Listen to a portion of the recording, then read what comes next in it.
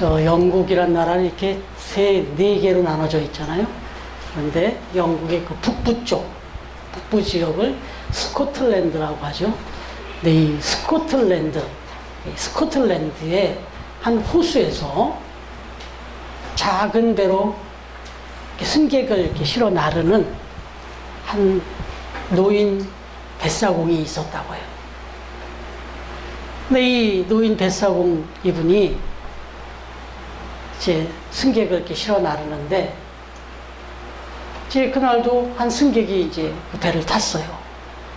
근데 유심히 보니까 이 뱃사공, 이 노인 뱃사공, 이 노를 젓는 그 노 두 개가 있잖아요. 이렇게 노 두 개를 이렇게 젓는 두 개의 노가 있는데, 보니까 선명하게 뭐 글씨가 써져 있는 거예요.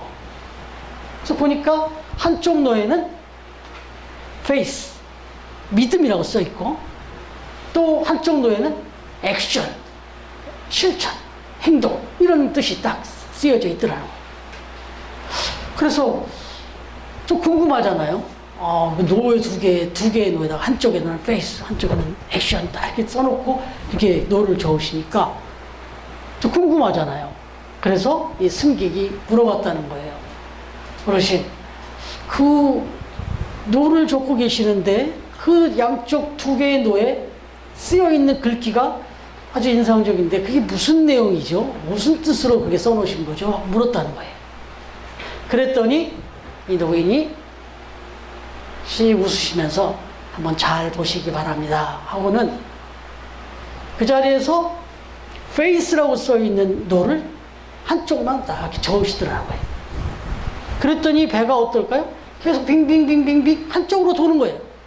그리고 빙빙빙빙 돌고 앞으로 전진을 안 하고 계속 그 자리만 빙빙 돌고 있는 거예요.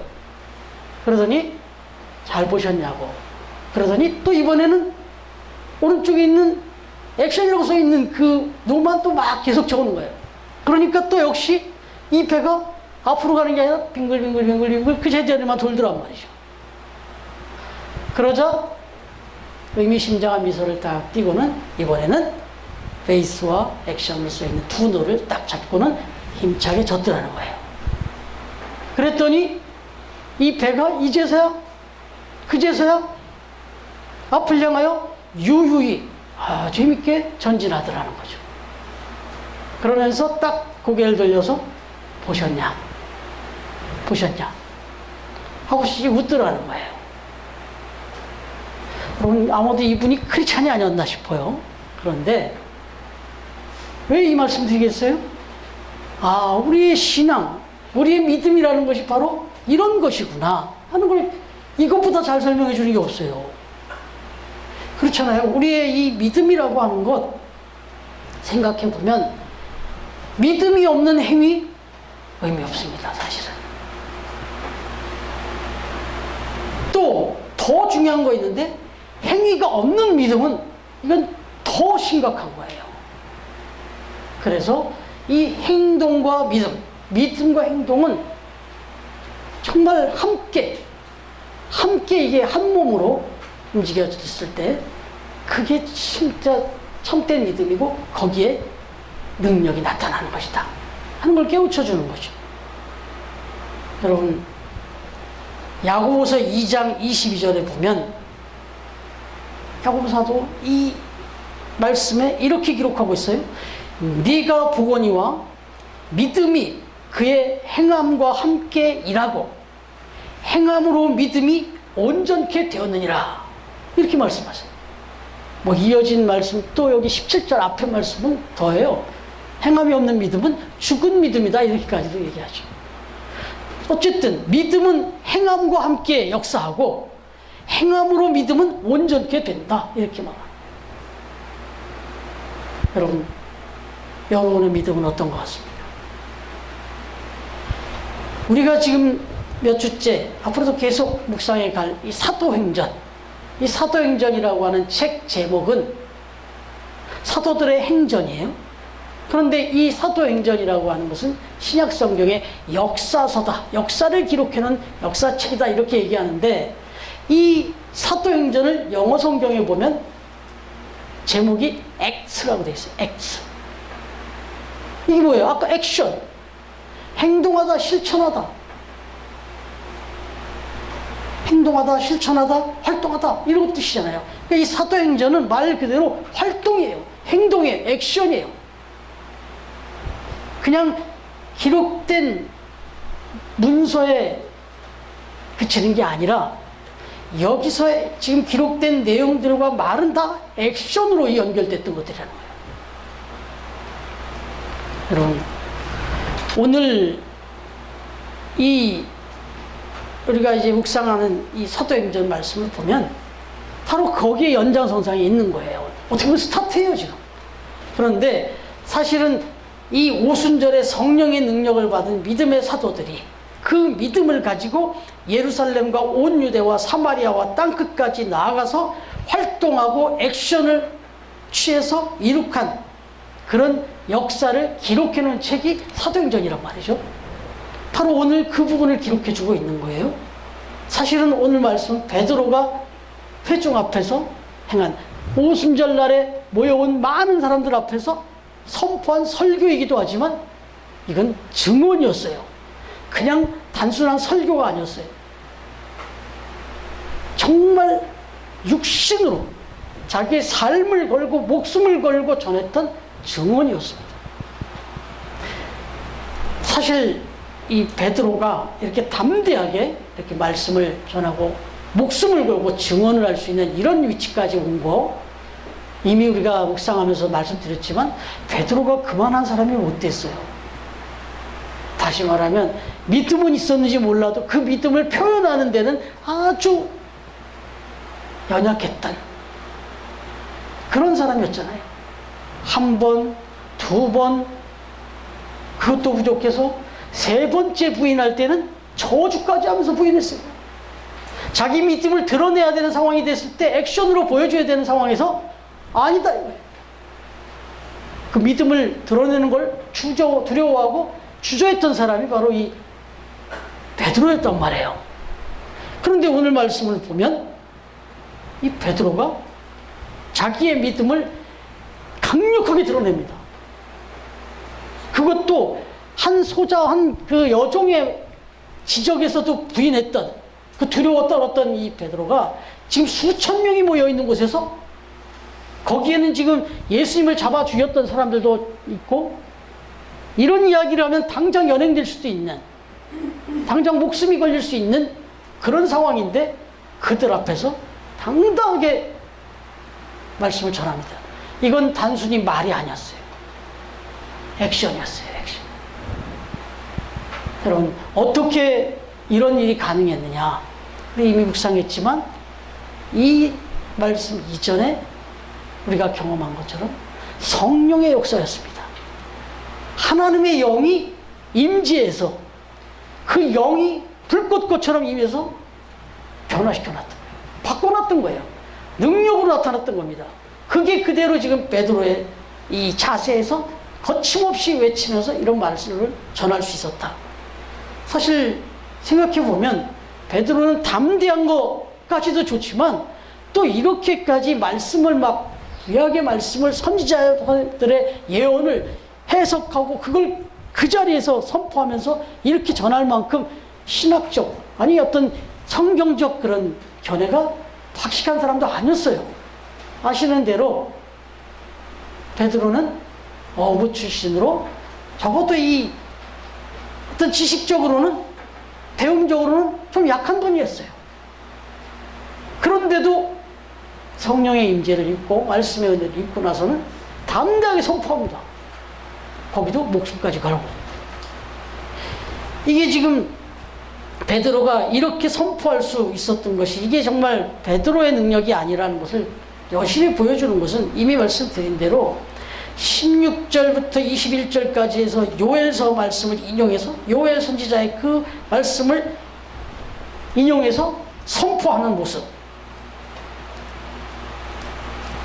그리고 시편 16편과 110편의 그 다윗의 시를 인용해서 예언하는 그 말씀을 전하고 있는 그런 모습, 이런 것들을 보면 이건 분명히 베드로의 능력이 아니었어요. 정말 하나님께서 성령으로 깨우쳐 주시고 할 말을 가르쳐 주시고 담대함을 주셨기 때문에 이게 가능했다 하는 것을 우리가 깨닫게 되는 거죠. 말씀 우리가 보시다시피 25절 말씀 보면 내가 항상 내 앞에 계신 줄을 배웠으며 그가 내 우편에 계시도다. 이건 요엘 선지자가 이게 지금 언제적인데 하나님의 말씀을 선포하면서 직접 보았다라고 얘기하고 있고, 그 뒤에 이어지는 시편 말씀을 인용할 때 다윗은 그야말로 천년 전 사람인데 내가 항상 내 앞에 계신 줄을 배웠다. 그가 내 우편에 계시도다.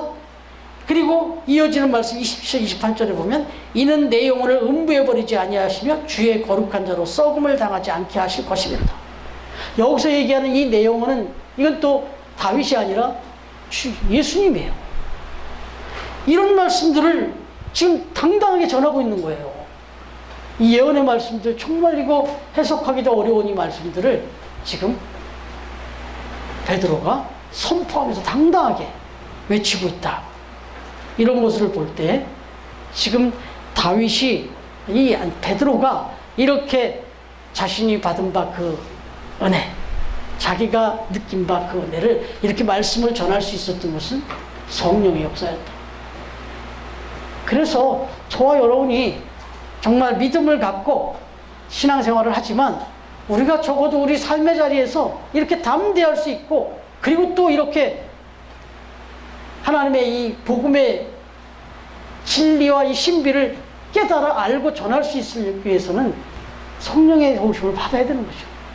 성령의 역사는 이렇게 말씀을 들을 때, 기도할 때, 찬양할 때 임하시고 또 깨우쳐 주신단 말이죠. 그런데 오늘 말씀 보니까 정말 베드로가 단순히 말만 전한 게 아니라는 것을, 입술로만 전한 게 아니라는 것을 깨우쳐주는, 그걸 우리가 이렇게 파악할 수 있는 장면이 있어요. 한번 생각해 보세요. 베드로가 아무리 뭐 예수님이 지금 죽었다 살아나셨고 부활하셨다 그렇게 이야기를 해도 뭐 이런 정황 저런 정황을 얘기하면서 빈 무덤을 얘기하고 별의별 얘기를 다 하면서 그 부활의 이야기를 전한다 하더라도 사실은 3,000명 뭐 수천 명이 모인 사람들이 그렇게 이렇게 회개하고 돌이키고 그 자리에서 막 결신하고 이런 일이 벌어진다는 건 이건 이해하기 어려워요. 그건 뭐 그때나 지금이나 마찬가지일 수 있는데, 우리도 해마다 부활절이 되면 달걀을 만들고 부활 카드를 꽂고 얼마나 많이 전해봐요. 그러나 이거 보고 이거 받고 아, 예수님은 정말 죽었다 살아나셨구나 이렇게 받아들이고, 아니면 이런 걸 전할 때 야, 정말 예수님이 죽었다 살아났습니까? 하고 관심을 갖고 궁금해서 그런 쇼킹한 일이 벌었냐고 여기 찾아 나오는 사람은 별로 없어요. 사람들은 그런 얘기로 별로 그렇게 관심을 갖는 게 아니에요. 그런데 오늘 베드로는 어떻게 말씀을 전했냐? 내가 봤다는 거예요. 내가 만났다는 거예요. 그 예수님을 내가 만났다는 거예요. 부활하신 주님을 내가 만났다.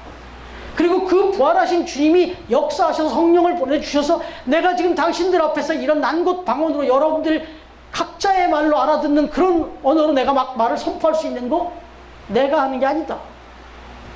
그것도 당신들이 법도 없는 그 무법한 것으로 잡아 죽인 십자가에 따르셨던 그 예수님이 살아나셔서 지금 저와 여러분들 가운데 임재하고 계신다. 생생하게 그렇게 전한 거예요. 그러니까 관심을 갖죠. 그러니까 이게 사람들이 충격을 받은 거예요. 자신에게 임했던 그 역사를 눈으로 보여주고 확신을 갖고 담대하게 선포했습니다. 그냥 아, 예수님은 이렇기 때문에 저렇기 때문에 부활하신 거다, 이렇게 이론적으로 뭔가 논리적으로 이렇게 전한 게 아니라 자신의 삶, 내가 변한 걸 뭐 안 보이냐 지금? 내가 어떤 사람이었냐? 갈릴리 출신, 당신들이 아는 어부 베드로다. 그리고 정말 겁쟁이였던 나 베드로인데 지금 내가 여기가 어디라고? 내가 이렇게 말씀을 전하면 내가 이 말씀을 전한 이후에 내가 어떻게 될지 정말 그 생명이 걸린 이런 자리에서 이런 이야기를 내가 전하면서도 담대할 수 있는 이 이유가 뭔지 아느냐? 그거 당당하게 전했던 거예요. 그 위력에 성령의 역사가 임하니까 능력이 나타나고 3,000명이 넘는 사람들이 주님을 영접하고 주께 돌아오는 그 놀라운 역사가 일어났다는 거죠. 32절과 33절에 보니까 이 예수를 하나님이 살리신지라 우리가 다 이 일의 증인이로다 그래요. 난 증인이라는 거예요. 그냥 설교자가 아니고 증인이다. 하나님이 오른손으로 예수를 높이시매 그가 약속하신 성령을 아버지께 받아서 너희가 보고 듣는 이것을 부어주셨느니라. 지금 너희들이 보고 있는 내가 바로 살아계신 하나님의 역사다. 주님이 부활하셨다라는 증거다라고 이렇게 얘기한 거예요. 여러분, 이런 말씀을 전하다 보면은 이제 가끔 또 요즘 같은데 현대 크리스찬들에게는 많이 나오는데 어떤 분들 그래요. 예수님을 믿어 좀 조용히 믿는 것이 좋지 않나. 뭐 그렇게 요란하게 드러내면서 믿을 게 뭔가. 뭐 이렇게 얘기하는 분들도 있어요. 그냥 나만 믿으면 되지.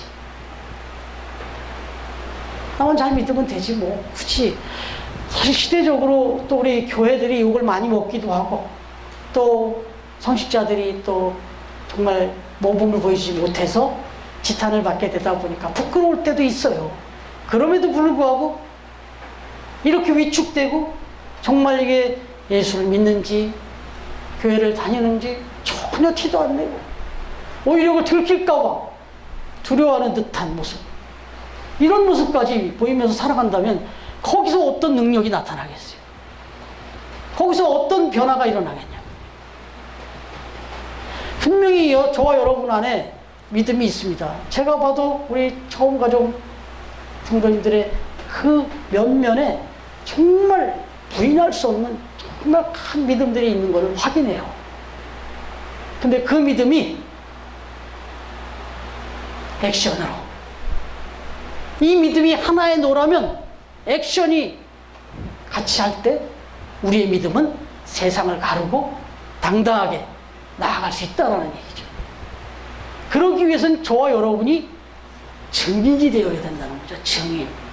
여러분, 증인이 침묵하면 되겠습니까? 증인이 침묵하는 것은 죄예요, 죄.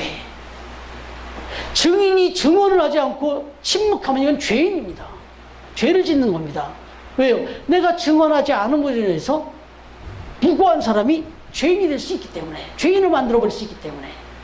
여러분, 저와 여러분이 증언하지 않으면 예수님은 그야말로 억울한 죽음자가 되어버려요.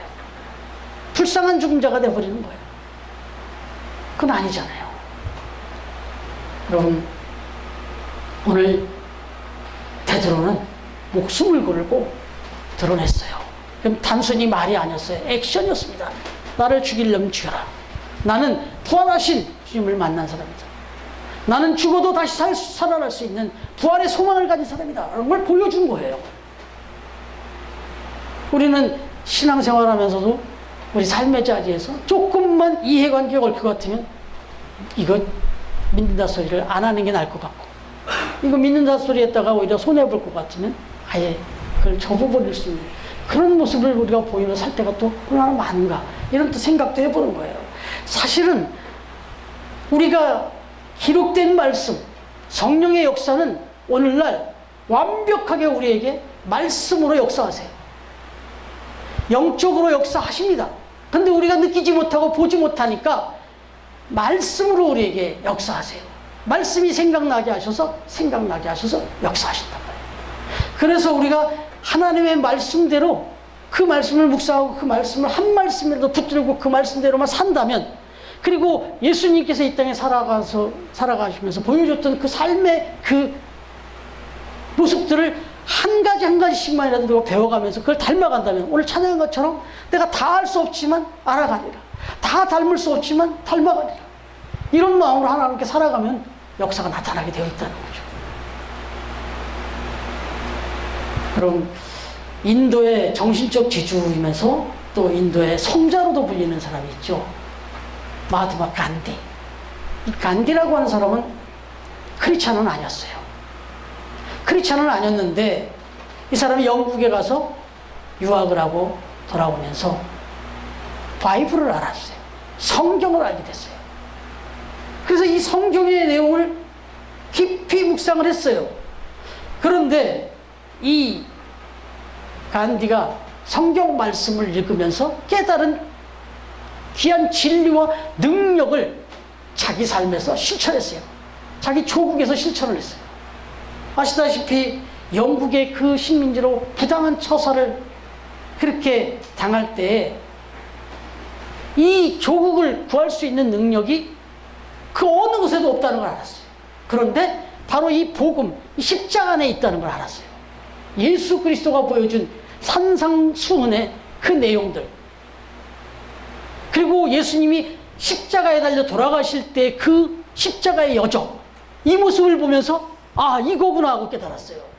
그래서 이 간디가 보여준 유명한 운동이 비폭력 무저항주의였어요. 이건 산상수훈과 십자가 사건을 보고 깨달은 거라고 자기 자서전에다 밝혀놨어요.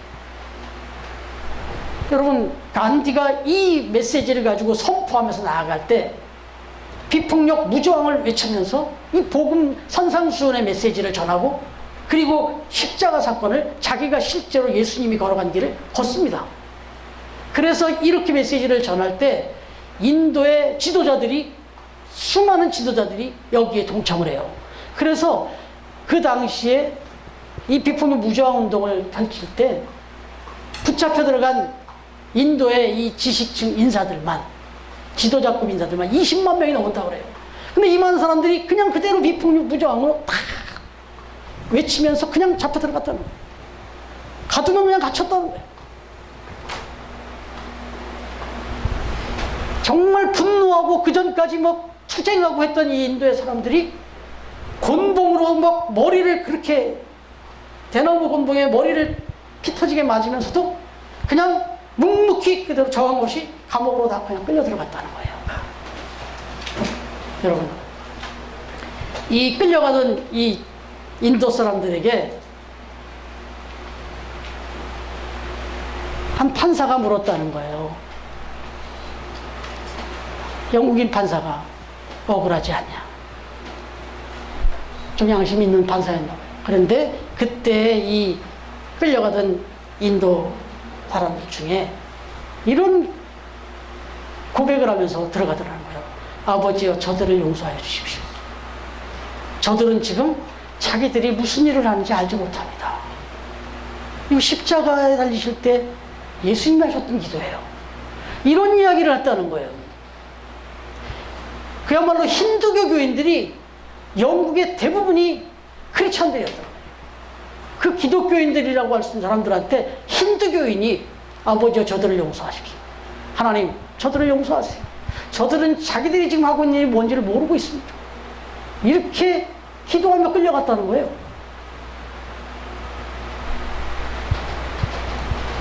영국인 선교사에게 또 이런 이야기를 했대요. 당신이 전한 십자가의 의미를 알 것 같다.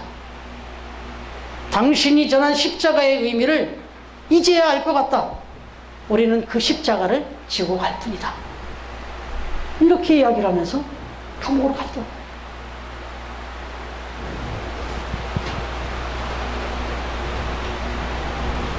이런 인도인들의 이런 행동에, 이런 고백과 이런 행동 앞에 영국 사람들이 자멸을 보기 시작했다는 거예요. 괴로워하기 시작했다는 거예요. 이게 뭐지? 자기들은 그야말로 복음 안에서 사랑을 논하고 자유를 논하고 했던 사람들이 지금 자기들이 무슨 짓을 하고 있는 건지 돌아보게 됐다는 거예요. 이게 인도의 그 간디가 성공적인 그 해방운동을 일으킬 수 있었던 비결이었다는 거예요. 딴 거 아니에요. 그대로 성경 말씀 보고 산상수훈의 가르침을, 그리고 예수님이 걸어왔던 십자가의 길을 그대로 실천했던 거예요. 더 강력한 실천이 하나가 있었죠. 간디하면 생각나는 게 단식투쟁이었습니다. 지금 우리나라에도 이제 그런 정치적인 그런 투쟁을 많이 하던데 사실은 가장 강력한 게 그거라는 것을 십자가에서 안 거예요. 예수님이 십자가에 달려 돌아가시는 모습, 또는 예수님이 사역을 앞두고 광야에서 단식했던, 금식했던 모습, 이런 것들을 간디가 파악한 거예요. 그래서 이 어마어마한 이 독립운동을, 이 운동을 전개하는 데 있어서 십자가에 예수님의 걸어가신 운동, 그리고 예수님이 산상복음을 통해서 말씀하셨던 오리를 가져갈 심리를 가지고 겉옷을 달라고 속옷까지 벗어주고, 그들이 핍박하면 더 거기에 그냥 더 적극적으로 순응해버린 거예요. 이게 결국 이 인도라고 하는 나라를 뒤바꿔놓을 수 있는 이런 능력이었다라고 하는 거예요. 여러분, 마하트마 간디는 그야말로 사실 믿음은 없었어요. 신앙은 없었어요. 신앙은. 그런데 인간적인 어떤 확신이 있었던 거예요. 방법론적인 확신을 가졌어요. 그래, 여기에 비결이 있다라고 하는 것을 믿었어요. 그래서 그걸 실천으로 옮겨온 거예요. 그게 능력이 나타났어요. 정말 신앙적인 요소가 아니라 단순한 그 방법론적인 믿음을 갖고도 실천했더니 이런 일이 벌어졌는데, 저와 여러분이 하나님의 말씀을 묵상하면서 그 말씀 속에서 원수를 사랑하라, 주는 자가 받는 자보다 복이 있다, 왼쪽 방을 떼어내자 오른쪽 방을 떼어내라, 수많은 그 산상복음의 말씀들, 이 말씀들, 네가 대접받고 싶은 대로 네가 먼저 대접하라, 수도 없이 들려주신 이 말씀들을 저와 여러분의 삶 속에서, 그리고 그렇게 또 살아오면서 오늘까지 하나님이 역사해 주신 저와 여러분의 삶 속의 그 간증들, 이것들을 그대로 표현하고 고백하고 전하면서 증인으로, 참된 증인으로 살아갈 수만 있다면 오늘 베드로를 통해서 3천여 명이 일시에 회개하고 돌아오는 이런 놀라운 복음의 역사들이 오늘날도 안 일어난다는 보장이 없어요. 반드시 일어납니다. 우리가 지난번에 읽었던 감자탕교회 이야기지, 또 이제 또 함께 읽게 된 깡통교회 이야기, 예수마을 교회 이야기, 이런 얘기들을 읽어보면 지금도 벌어지고 있어요. 하나님의 말씀대로, 하나님의 뜻대로 그렇게 살아가고 그 뜻으로 받은 은혜를 그대로 표현하고 증거할 때 어떤 일들이 벌어지는지는 지금 우리 주변에 계속해서 일어나고 있습니다. 바라기는 우리 처음 가족들, 가정과 일터에서, 그리고 또 함께 모여 예배하며 함께 교제하는 우리 처음 교회 안에서 정말 우리 참된 증인들로서 저와 여러분이 경험한 그 하나님의 은혜, 그 성령의 그 임재를, 그리고 깨달은 바 그 능력의 말씀을 증거하고 표현하고 또 나타냄으로써 저와 여러분 삶의 현장에서 하나님의 역사로 큰 능력과 은혜들이 자꾸 넘치는, 그래서 또 간증거리가 넘쳐나는 우리 처음 가족들, 또 처음 교회가 되어지기를 주님의 이름으로 축원합니다. 기도하겠습니다.